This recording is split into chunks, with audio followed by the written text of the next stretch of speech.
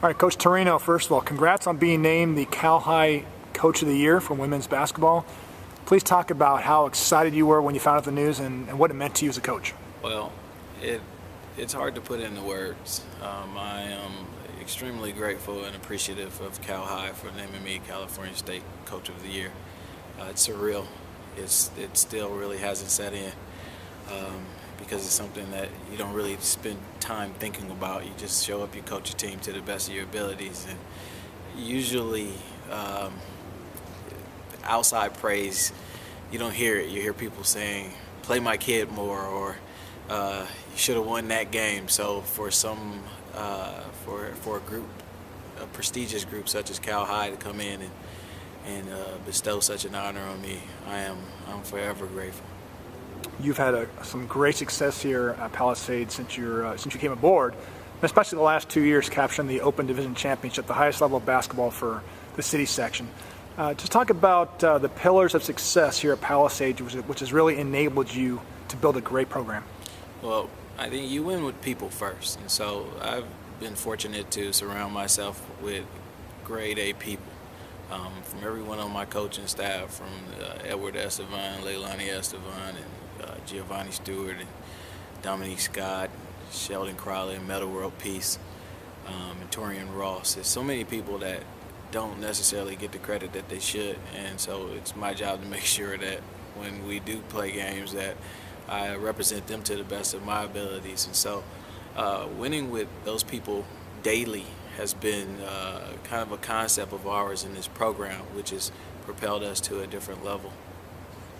And one of the things I know you like to do is go out there and play the best. You have a great tournament here, and then you go out and test the waters against some of the best teams in California. Just talk about just the thrill of going against the best. You set out to play against better opponents. So when you practice for a better team, not the worst team. And so you want to be able to play your best game versus the best team when it matters most. And ultimately, that's a championship game.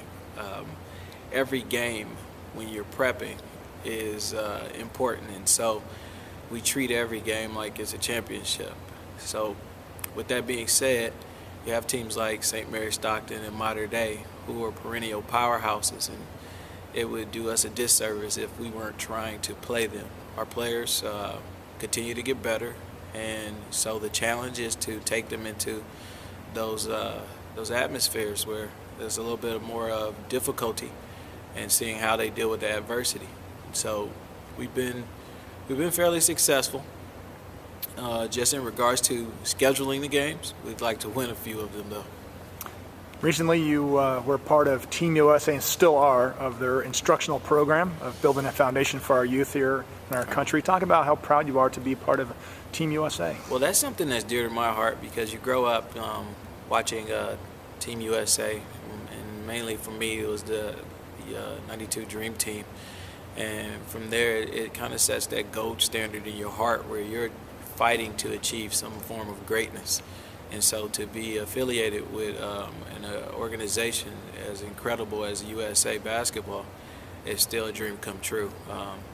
I'm excited about a pilot program that we are currently undertaking.